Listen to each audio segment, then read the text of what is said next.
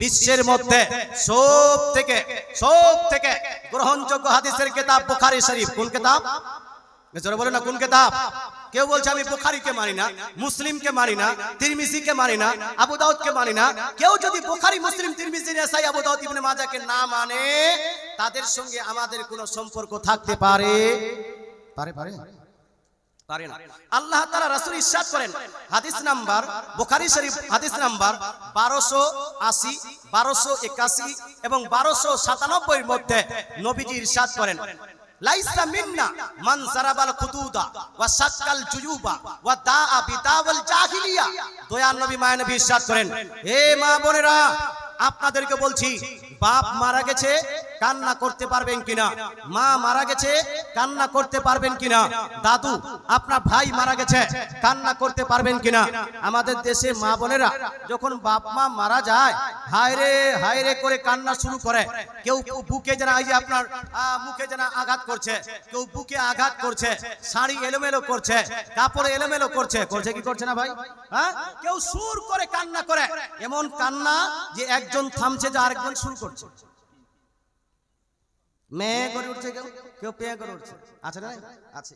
সম্মানিত মুসলিম সমাজ, মৃত্যুকে কেন্দ্র করে কান্নাকাটি করা, মৃত্যুকে কেন্দ্র করে কান্নাকাটি করা জায়েজ না না জায়েজ, এই প্রসঙ্গে আমার নবী, আপনার নবী, দয়ার নবী, মায়ের নবী ইরশাদ করেছেন, লাইসা মিন্না, আমার দলের অন্তর্ভুক্ত নয়, আমার উম্মতের মধ্যে সেই ব্যক্তি থাকতে পারে না, আমার দলের অন্তর্ভুক্ত ওই ব্যক্তি হতে পারে না।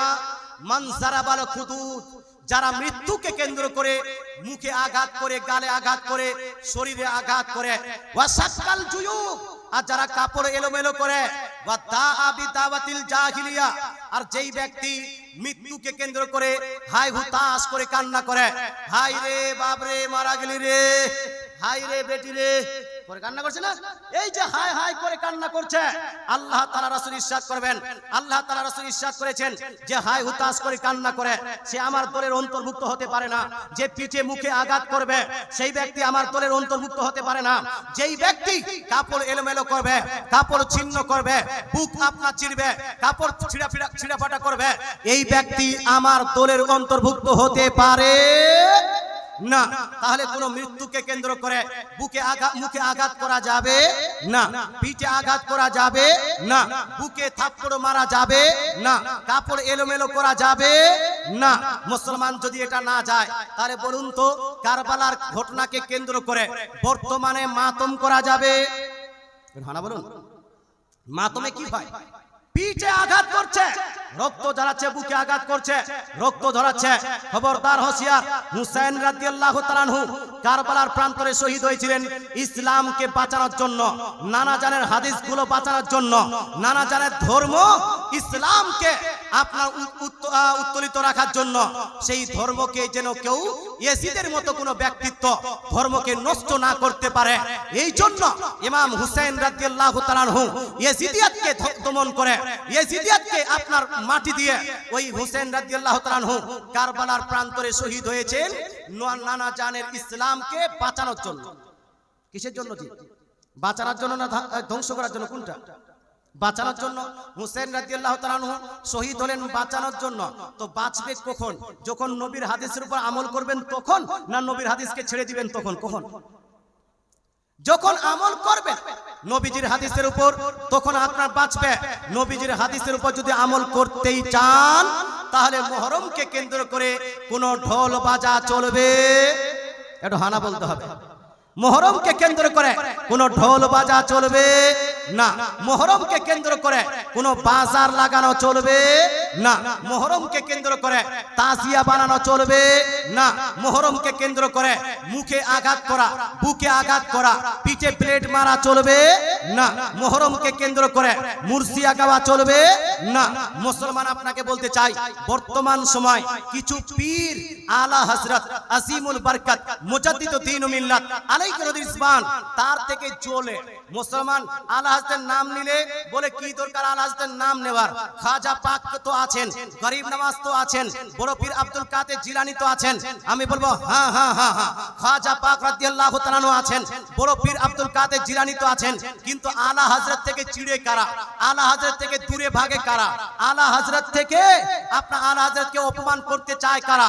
একমাত্র চায় সেই ব্যক্তিরা যারা নবীর গুস্তাখি করেছে, সেই ব্যক্তিরা যারা আল্লাহর অপমান করেছে, যেই ব্যক্তিরা ইসলামকে ধ্বংস করার জন্য নিজেদের পীরকে আল্লাহর নবীর থেকে বাড়িয়ে দিয়েছে, একমাত্র তারাই আলা হযরতকে সঙ্গে দুশমনি করে আলা হযরতের নাম শুনতে চায় না।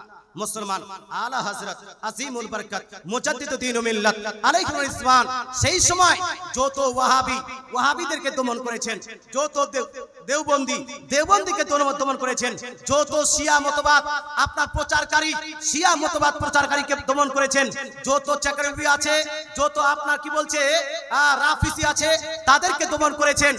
আর আহলে সুন্নাতুল জামাত যেটা ইমাম বুখারীর পন্থা, যেটা ইমাম মুসলিমের পন্থা, যেটা আবু হানিফার পন্থা, যেটা ইমাম আপনার শাফির পন্থা, যেটা শেখ আব্দুল কাদের জিলানীর আপনার তরিকা, যেটা নিজামউদ্দিন আউলিয়ার তরিকা, যেটা গরিব নওয়াজের তরিকা, যেটা দাতা বাবার তরিকা, যেটা আলাউল হক পান্ডবীর তরিকা, সেই তরিকাকে সাফ এবং পাক করে আপনার সেই তরিকাকে সুন্দরভাবে মানুষের কাছে পৌঁছে দিয়েছেন। জোরে বলেন সুবহানাল্লাহ। কথা বুঝতে পারছেন না? আলা হযরত রাহমাতুল্লাহি আলাইহি ইনি প্রায় হাজারেরও অধিক কিতাব লিপিবদ্ধ করেছেন। আজকে যারা শিয়া মতবাদ প্রচার করছে এরা আলা হযরতকে সহ্য করতে পারে না। যারা ভণ্ডামি করতে চায় তারা আলা হযরতকে সহ্য করতে পারে না। যারা ওয়াহাবি তারা আলা হযরতকে সহ্য করতে পারে না, কারণ ওয়াহাবিদের জন্য সব থেকে বড় কলম যিনি উঠিয়েছিলেন তিনি ছিলেন আলা হযরত। জোরে বলেন সুবহানাল্লাহ। তাই আলা হযরতের নাম নিলে আপনাদের অসুবিধা কোথায়? অসুবিধা তো হওয়ার প্রয়োজন নাই। সুরুনে কেউ যদি কোনো আলিম যদি খুব ভালো কাজ করে, এখানকার সবাইকে যদি নামাজি বানায়, সবাইকে যদি শিক্ষিত বানিয়ে দেয়, সবাইকে যদি ইসলামিক জ্ঞানী বানিয়ে দেয়, তাহলে তার যদি নাম 2-4 বার নেওয়া হয় তাহলে অসুবিধাটা কোথায়? অসুবিধার কথা, অসুবিধা তো হওয়ার দরকার নাই। মুসলমান আল্লাহ তাআলা আমাদের বুঝার তৌফিক দান করুক, আমল করার তৌফিক দান করুক, বলেন আমিন। মুসলমান আমি যেটা বলছিলাম আরেকটা টপিক নিয়ে আলোচনা করি, এই বক্তা চলে আসছে। টপিকটা হলো এই যে আমরা নবীজির উম্মতি, এটা ঠিক, কিন্তু নবীজির উম্মতির মধ্যে সর্বশ্রেষ্ঠ উম্মতি, সব থেকে মর্যাদাপূর্ণ উম্মতি তিনি হলেন নবীজির সাহাবাগণ। সাহাবীর থেকে মর্যাদা আমাদের বেশি হতে পারে না। সাহাবীকে সব থেকে মর্যাদা দিতে হবে। ইভেন আমার নবী আপনার নবী বলেছেন লা তাসুব্বু আসহাবি, হে আমার উম্মতীরা তোমরা আমার সাহাবীকে কোনোদিন গালি দিবে না, আমার সাহাবীকে কোনোদিন কটু কথা বলবে না, আমার সাহাবীকে কোনোদিনে ভর্ৎসনা করবে না, আমার সাহাবীকে কোনো রকম ক্রিটিসাইজ করবে না, আমার সাহাবীকে কোনো রকম ব্যঙ্গ করবে না। মুসলমান সাহাবীকে ব্যঙ্গ করতে নিষেধ করেছেন আমার রাসূল। আচ্ছা বলেন তো, আয়েশা সিদ্দিকা রাদিয়াল্লাহু তাআলা আনহা নবীজির প্রিয়তমা স্ত্রী, সাহাবিয়ায়ে রাসূল ছিলেন কি ছিলেন না? হারা বলেন না বাপ। তো আয়েশা সিদ্দিকা রাদিয়াল্লাহু তাআলা আনহাকে গালি দেওয়া যাবে? হারা বলেন যাবে? কেউ যদি আয়েশা সিদ্দিকা রাদিয়াল্লাহু তাআলা আনহাকে গালি দেয়, কেউ যদি আবু বকর সিদ্দিককে গালি দেয়, কেউ যদি উমরে ফারুককে গালি দেয়, কেউ যদি উসমানে গনি যুন্নুরাইনকে গালি দেয়, তাদেরকে আমরা মানতে পারি না। খবরদার হুঁশিয়ার। আপনি বলবেন হুজুর হযরতে মুয়াবিয়াকে গালি দেওয়া যাবে? অনেকগুলো মানুষ আছে যারা মুয়াবিয়া রাদিয়াল্লাহু তাআলাকে গালি দেয়। এ ভাই, 2 টাকার পড়াশোনা নাই আর তুমি হযরতে মুয়াবিয়া রাদিয়াল্লাহু তাআলা প্রসঙ্গে কটাক্ষ করো, লজ্জা লাগে না? মুসলমান বুখারী শরীফে ইমাম বুখারী বহু হাদিস হযরতে মুয়াবিয়ার নিয়ে এসেছেন। মুয়াবিয়া রাদিয়াল্লাহু তাআলা থেকে কালেক্ট করে বুখারীতে লিপিবদ্ধ করেছেন। মুয়াবিয়া রাদিয়াল্লাহু তাআলা হাদিস মুসলিম শরীফে আছে, মুয়াবিয়া রাদিয়াল্লাহু তাআলা হাদিস তিরমিজিতে আছে, মুয়াবিয়া রাদিয়াল্লাহু তাআলা হাদিস আপনার কি বলছে নাসাইতে আছে, মুয়াবিয়া রাদিয়াল্লাহু তাআলা হাদিস ইবনে মাজাহ শরীফে আছে। এমন একটা কিতাব দেখান যেটা আহলে সুন্নাতুল জামাতের হাদিসের কিতাব, আর সেখানে মুয়াবিয়া রাদিয়াল্লাহু তাআলাকে রাদিয়াল্লাহু তাআলা আনহু বলা হয়নি আর হাদিস নিয়ে আসা হয়নি। দেখান তো একটা হাদিসের কিতাব, কোন কিতাব পড়বেন আপনি? আজ যদি মুআবিয়া রাদিয়াল্লাহু তাআলাকে কেউ গালি দেয়, আজকে আমরা পাবলিক ভাই কিছু বুঝি না, কে কি কোন দিকে যুক্তি মুক্তি লাগাচ্ছে, আর আপনারাও খালি নারে তাকবীর নারে রিসালাত আর বক্তা সাহেব জিন্দাবাদ বলে দিচ্ছেন। খবরদার, হোশিয়ার, আমার নবীর যতগুলো সাহাবী তার মধ্যে কোন সাহাবীকে আমরা ব্যঙ্গ করতে পারবো না, কোন সাহাবীকে গালি দিতে পারবো না। আর যদি কেউ গালি দেয়, কেউ যদি সাহাবী রাসূলকে আপনার ভর্ৎসনা করে, ক্রিটিসাইজ করে, আপনার দায়িত্বটা কি? আমার রাসূলুল্লাহ বলে দিয়েছেন, তিরমিজি শরীফে হাদিস, রাসূলুল্লাহ বলছেন, ইদা রাআইতুমুল্লাযীনা ইয়াসুবুনা আসহাবি ফাকুলু লানাতুল্লাহি আলা শাররিকুম। অর্থাৎ দয়ার নবী মায়ার নবী বলছেন, হে আমার উম্মতীরা, তোমরা যখন দেখবে যে কেউ আমার সাহাবীকে গালি দিচ্ছে, এই রকম লোককে তোমরা যদি পাও, তাহলে তোমরা বলবে আল্লাহ তাআলার লানত হোক এই ব্যক্তির প্রতি, আল্লাহ তাআলার লানত হোক। মুসলমান, আমার রাসূল সাল্লাল্লাহু আলাইহি ওয়াসাল্লাম কাউকে কোন সাহাবীকে গালি দিতে, কোন সাহাবীকে ভর্ৎসনা করতে নিষেধ করেছেন।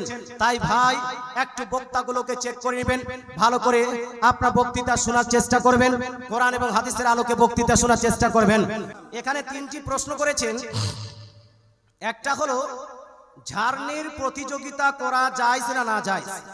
মুহররম মাসে বহু জায়গাতে ঝাড়নি করে, আবার কোন জায়গাতে ওটাকে মুরসিয়া বলে, আর ওটার প্রতিযোগিতাও হয়।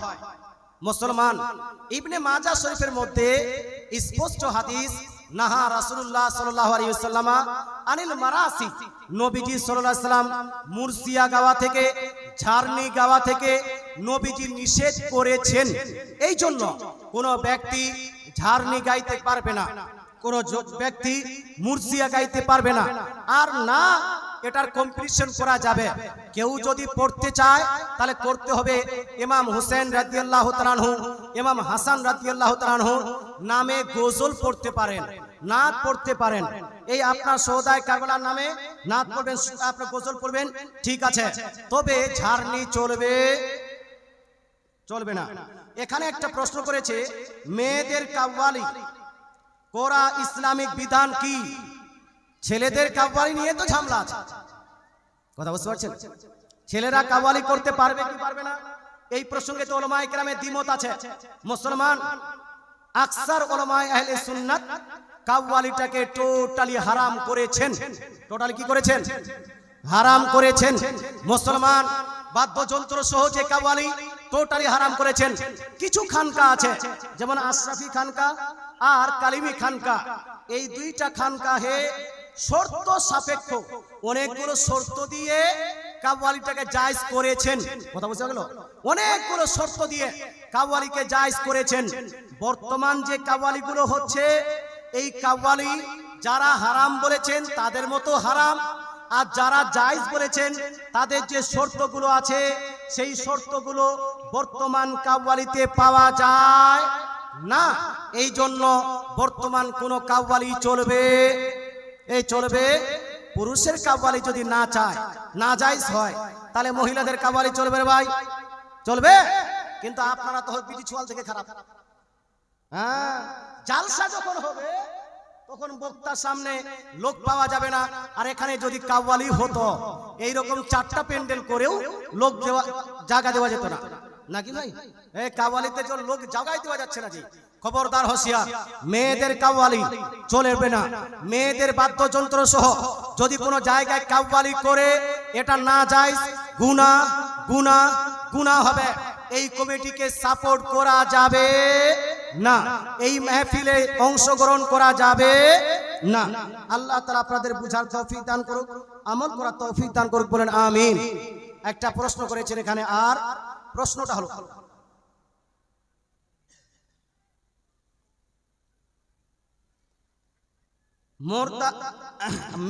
বিয়ের বাড়িতে হলুদ লাগানোর বিধান কি? বিয়ে বাড়িতে যদি হলুদ লাগাতে চান, বিয়ে বাড়িতে হলুদ লাগানো জায়েজ না না জায়েজ? এই প্রসঙ্গে বুখারী, মুসলিম, তিরমিজি, নাসাই, আবু দাউদ, ইবনে মাজাহ এই সমস্ত হাদিসের কিতাবে যেইগুলো কিতাব আমাদের কাছে গ্রহণযোগ্য কিতাব, এই কিতাব দ্বারা প্রমাণিত। যেমন এক হাদিসে বুখারী শরীফ জিলদ নাম্বার 2 এর মধ্যে আছে, হযরত আনাস বিন মালিক রাদিয়াল্লাহু তাআলা থেকে বর্ণিত হাদিস। উনি বলছেন রাসূলুল্লাহ সাল্লাল্লাহু তাআলা আলাইহি ওয়াসাল্লাম আসরা সুফরাতি আলা আব্দুর রহমান ইবনে আউফ। আব্দুর রহমান ইবনে আউফ একজন সাহাবী, তার গায়ে রাসূলুল্লাহ সাল্লাল্লাহু আলাইহি ওয়াসাল্লাম হলুদের রং দেখতে পেলেন। হলুদের রং তার গায়ে লাগা আছে। তো রাসূলুল্লাহ বলছেন যে মা হাসা, হে আব্দুর রহমান ইবনে আউফ, তোমার গায়ে যে হলুদ দেখছি এই হলুদটা কিসের? তো তিনি বললেন, হুজুর ইন্নী তাযাওয়াজতু ইমরাতান, ইয়া রাসূলুল্লাহ আমি একজন মহিলাকে বিবাহ করেছি, বিবাহের সময় যে হলুদ লাগিয়েছিলাম সেই হলুদটা লেগে আছে। রাসূলুল্লাহ সাল্লাল্লাহু আলাইহি ওয়াসাল্লাম সেই হলুদটাকে সাপোর্ট করে বললেন, আউলিম ওয়ালাউ বিশাত, তুমি ওলিমার ব্যবস্থা করো, যদিও ওলিমা তোমার একটা ছাগল দিয়ে হলেও হয়। মুসলমান আপনাকে বলতে চাই, এই হাদিস থেকে কয়েকটা জিনিস প্রমাণিত হয়। এক, ওলিমা করা রাসূলের নির্দেশ। দুই, ওলিমা করা রাসূলের সুন্নত। তিন নাম্বার, সাহাবীদের যুগে সাহাবীরাও বিবাহের সময় হলুদ লাগিয়েছেন, হলুদ লাগিয়েছেন। সুতরাং বিবাহের সময় হলুদ লাগানো এটা সুন্নত, এটা সুন্নত, নো প্রবলেম। কিন্তু মুসলমান বর্তমান আমাদের দেশে, আমাদের সমাজে যেইভাবে হলুদ লাগানো হয় এটা কিন্তু জায়েজ হচ্ছে না। মুসলমান কিভাবে জায়েজ হচ্ছে আর কিভাবে না জায়েজ হচ্ছে? বর্তমান সময় যেইভাবে হলুদ লাগানো হয় এটা কিন্তু জায়েজ পদ্ধতিতে হচ্ছে না। কেন জায়েজ পদ্ধতি হচ্ছে না? জায়েজ পদ্ধতিতে যদি করতে চান তাহলে হলুদ লাগানো যেহেতু জায়েজ, তাই বিয়ের সময় হলুদ লাগাতে চাইলে লাগাতে পারবেন, তবে লাগাতে হলে আপনাকে নিজে নিজেই লাগাতে হবে। হলুদ আপনি নিন, নিজে নিজে গালে লাগান, হাতে লাগান, শরীরে লাগান, এইটা জায়েজ আছে। মুসলমান আজ যদি বলে হুজুর নিজে নিজে লাগাতে একটু খারাপ লাগছে, অলসতা লাগছে, কারো হেল্প নিতে পারি কি পারি না? তো হেল্প যদি নিতে চান নিজের আম্মা জানকে বলেন, আম্মা জান আপনি লাগিয়ে দিন। মা যদি লাগিয়ে দেয় জায়েজ হবে, আব্বা যদি লাগিয়ে দেয় জায়েজ হবে, নিজের বোন যদি লাগায় জায়েজ হবে, নিজের যদি ভাই লাগায় জায়েজ হবে, নিজের দাদা দাদি যদি লাগায় জায়েজ হবে, নিজের নানা নানি যদি লাগায় জায়েজ হবে, নিজের কাকা যদি লাগায় জায়েজ হবে। কিন্তু এই না করে গোটা গ্রামের মহিলাদেরকে, গোটা গ্রামের ফুফুদেরকে, গোটা গ্রামের বুবুদেরকে ডেকে যে হলুদ লাগাচ্ছেন এইটা হলো না জায়েজ, এটা জায়েজ হবে না। ভাবিরা আপনার গায়ে হাত দিয়ে হলুদ লাগাবে, বলবে কি বডি শরীরে, এইরকম করে কমেন্ট করবে, এটা হবে জায়েজ? নো, এইটা জায়েজ নয়, এটা হলো না জায়েজ। আপনার ওই কি বলছে এক্স গার্লফ্রেন্ডদেরকে ইনভাইট করে হলুদ লাগাবেন, এইটা হলো না জায়েজ। কলেজ ইউনিভার্সিটির বন্ধু বান্ধবীদেরকে নিয়ে এসে লাগাবেন, এটা হলো না জায়েজ, এটা হলো পুরুষের পক্ষে। মুসলমান আর যদি বলেন হুজুর মহিলাদের জন্য লাগানো জায়েজ না জায়েজ, একটা মেয়ে বিয়ের সময় যদি হলুদ লাগাতে চায় তাহলে জায়েজ হবে। এইভাবে মেয়েটা নিজে নিজেই শরীরে হলুদ লাগিয়ে দিয়েছে, এইটা জায়েজ আছে। মেয়েটা নিজে নিজে হলুদ লাগাচ্ছে, এইটা জায়েজ আছে। তারপর মেয়ের মা যদি লাগায় জায়েজ হবে। মেয়ের যদি বাবা একটু মুখে লাগিয়ে দেয় জায়েজ হবে। মেয়ের যদি নিজের বোন লাগায় জায়েজ হবে। মেয়ের যদি নিজের ভাই একটু মুখে লাগিয়ে দিল জায়েজ হবে। কিন্তু ভাই গোটা পাড়ার মহিলাদেরকে ডেকে এখানে সেখানে পেটে পিঠে এদিকে সেদিকে হাত লাগিয়ে যেই আপনার হলুদ লাগার সিস্টেম, এটা টোটালি নিষিদ্ধ, না জায়েজ এবং হারাম কাজ। তদ্রূপ গ্রামের পুরুষদেরকে, গ্রামের বন্ধু বান্ধবদেরকে যদি আপনি হাজী সাহেব, গাজী সাহেব সমস্ত ব্যক্তিদেরকে দিয়ে যদি মেয়ের গায়ে হাত দিয়ে আপনার হলুদ লাগান, এটা হবে হারাম, হারাম, হারাম, চলবে না। আচ্ছা, কথাগুলোকে বুঝাতে পারলাম তো? হলুদ লাগা জায়েজ আছে না জায়েজ? জায়েজও আছে আবার না জায়েজও আছে, দুইটাই আছে।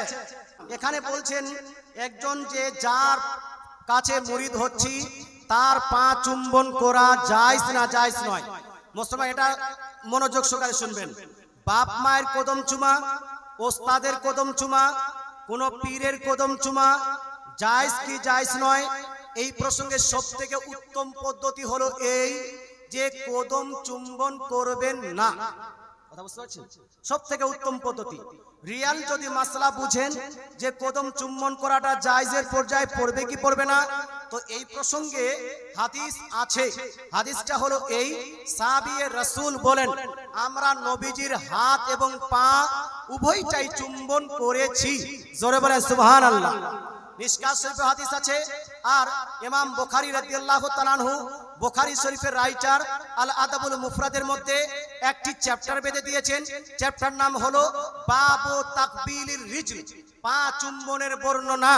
এই পা চুম্বনের বর্ণনাতে সাহাবী রাসূল বলছেন যে আমরা যখন সফর থেকে আসলাম নবীজির হাতও চুম্বন করলাম, পা চুম্বন করলাম। কিছু মানুষ পা চুম্বন থেকে সাজদাকে প্রমাণ করতে চায়। না না না, সাজদা আলাদা আর পা চুম্বন এজন্য না, পা চুম্বন আলাদা আর সাজদা আলাদা। পা চুম্বন দ্বারা সাজদাকে প্রমাণ করা যাবে না। তো পা চুম্বন করার হাদিস আছে। তদ্রূপ আরেকটা হাদিস এই আপনার আদাবুল মুফরাদের মধ্যে আন সুহাইব রাদিয়াল্লাহু তাআলা থেকে বর্ণিত হাদিস। উনি বলছেন, রাআইতু আলিয়ান ইউকাব্বিলু ইয়াদাল আব্বাস ওয়া রিজলাইহি। সুহাইব বলছেন, আমি হযরত আলী রাদিয়াল্লাহু তাআলাকে দেখলাম যে তিনি আব্বাস রাদিয়াল্লাহু তাআলা আনহু, হযরত আলীর চাচা আব্বাস রাদিয়াল্লাহু তাআলা আনহুর হাতও চুম্বন করছেন আর পাও চুম্বন করছেন। কে? হযরত আলী। হযরত আলী নিজ চাচা আব্বাসের হাত চুম্বন করলেন, পা চুম্বন করলেন। হাদিসে আছে। এ থেকে প্রমাণ হয় বাপ মায়ের হাত পা চুম্বন করা জায়েজ, পীর সাহেবের হাত পা চুম্বন করা জায়েজ আছে, শিক্ষকের হাত পা চুম্বন করা জায়েজ আছে। তবে উত্তম পদ্ধতি হলো চুম্বন থেকে বিরত থাকা।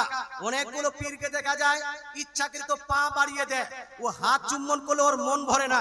অনেকগুলো পীর আছে হাত চুম্বন করতে দিবে না, পা চুম্বন করো। তো এই পীর আমরা সাপোর্ট করি না।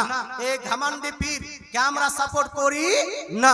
কেউ যদি খুব মন চায় যে আমার মায়ের এক পা চুম্বন করব, তো ব্যাপারটা আলাদা। কিন্তু কোন মা যদি, বাপ যদি বলে, এই বেটা তুই প্রত্যেকদিন আমার পা চুম্বন কর, তো ও বাপ ভালো হবে? হ্যাঁ, জবরদস্তি চুম্মা লেগে ভালো হবে? হবে না মুসলমান।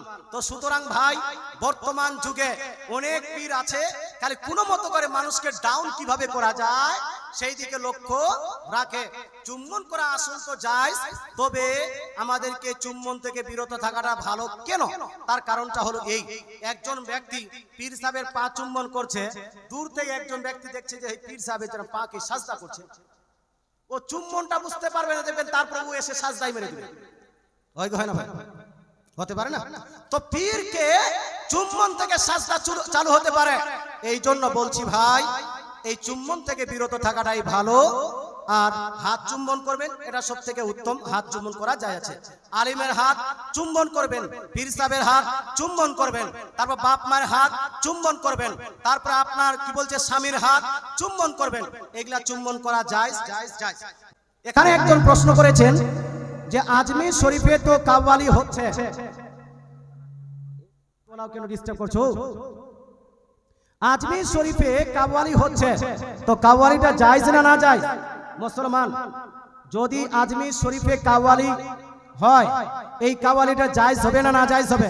শুনুন, আজমির শরীফ আমাদের খাজা গরিব নওয়াজ আছেন না নাই? আপনারা কেউ আজমির শরীফে গেছেন? আপনাদের একজন কেউ হাত খোলা করুন তো। আজমির শরীফে জিয়ারত করতে যাই আমরা, মোহাব্বত করি আমরা, জিয়ারত করি আমরা। আচ্ছা, আজমির শরীফে মাজারের ভিতরে মহিলারা যায় কি যায় না ভাই? যায় কি যায় না? যায়। মুসলমান, এমন অনেকগুলো মহিলা আছে আজমির শরীফে যারা মাথায় পর্দা পর্যন্ত দেয় না। যারা গেছেন তারা ভালো করে জানেন কি জানেন না? আজমির শরীফের গেটে আমি চপ্পল রেখেছিলাম, চপ্পল চুরি করে কেউ পালিয়ে গেছে। হ্যাঁ জি, কথা বুঝতে পারছেন? তো এখন যদি আজমির শরীফে যা হচ্ছে সেটাই যদি দলিল হয়ে যায়, বলে হুজুর তাহলে তো চপ্পল চুরি করাও যায়, মেয়েদের মাথায় পর্দা না করাও যায়, কারণ আজমিরে হচ্ছে। মুসলমান, আজমিরে বিপর্দা হয়ে মাজারে যাচ্ছে, মাজার যাওয়াও যায়। হে মুসলমান, আজমিরে হচ্ছে সেটা নিয়ে কথা নয়, দলিলের ভিত্তিতে আপনি আলোচনা করুন।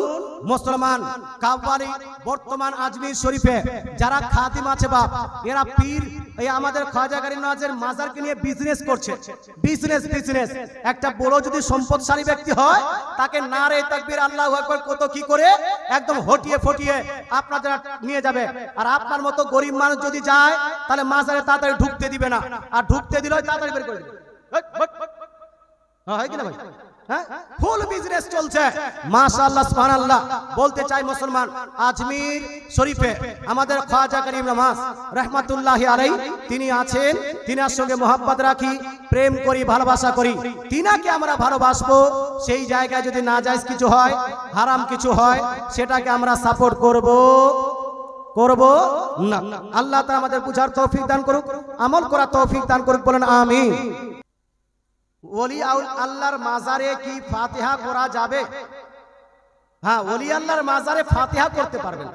ফাতিহা বলতে কি কুল শরীফ পাঠ করা, দরুদ শরীফ পাঠ করা, এগুলাই তো করি আমরা। বাপের কবরে গিয়েও ফাতিহা করতে পারবেন, কুল শরীফ পাঠ করবেন, দরুদ শরীফ পাঠ করবেন, শেষে আল্লাহ তাআলার কাছে দোয়া করবেন। এটা মাজারে গিয়েও করতে পারবেন, বাপের কবরে মায়ের কবরে গিয়েও করতে পারবেন। এটা জায়েজ আছে। যেটা না জায়েজ সেটা আমি আলোচনা করে দিয়েছি। যাই হোক ভাই, মা বোন বলছেন মহিলারা ঈদের নামাজ পড়তে পারবে, কুরবানি নামাজ পড়তে পারবে না। মহিলাদের জন্য ঈদের নামাজ মাফ করে দেওয়া হয়েছে, কুরবানির নামাজ মাফ করে দেওয়া হয়েছে, তারপর জুম্মার নামাজ মাফ করে দেওয়া হয়েছে, জানাজার নামাজ মাফ করে দেওয়া হয়েছে।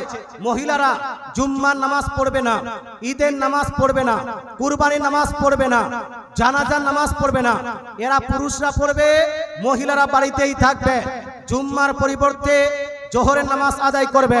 আর ঈদ এবং বাকরা-ঈদের পরিবর্তে কোনো নামাজ নাই, এই জন্য ঈদ এবং বাকরা-ঈদের পরিবর্তে কোনো নামাজ পড়বে না।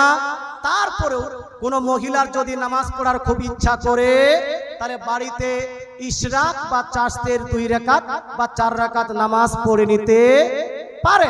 তবে ঈদের পরিবর্তে নয়, ইশরাক বা চাষতের নফল নামাজ পড়তে পারবে। ঈদের নামাজ নয়, ঈদ নামাজ পড়ার জন্য জামাত লাগবেই লাগবে, আর মহিলাদের জন্য জামাত নাই। যাই হোক ভাই, আমি অনেকক্ষণ থেকে আলোচনা করলাম। শারীরিক অবস্থা খারাপ হওয়ার কারণে আমি আপনাদের কাছে মাফি চেয়ে নিচ্ছি।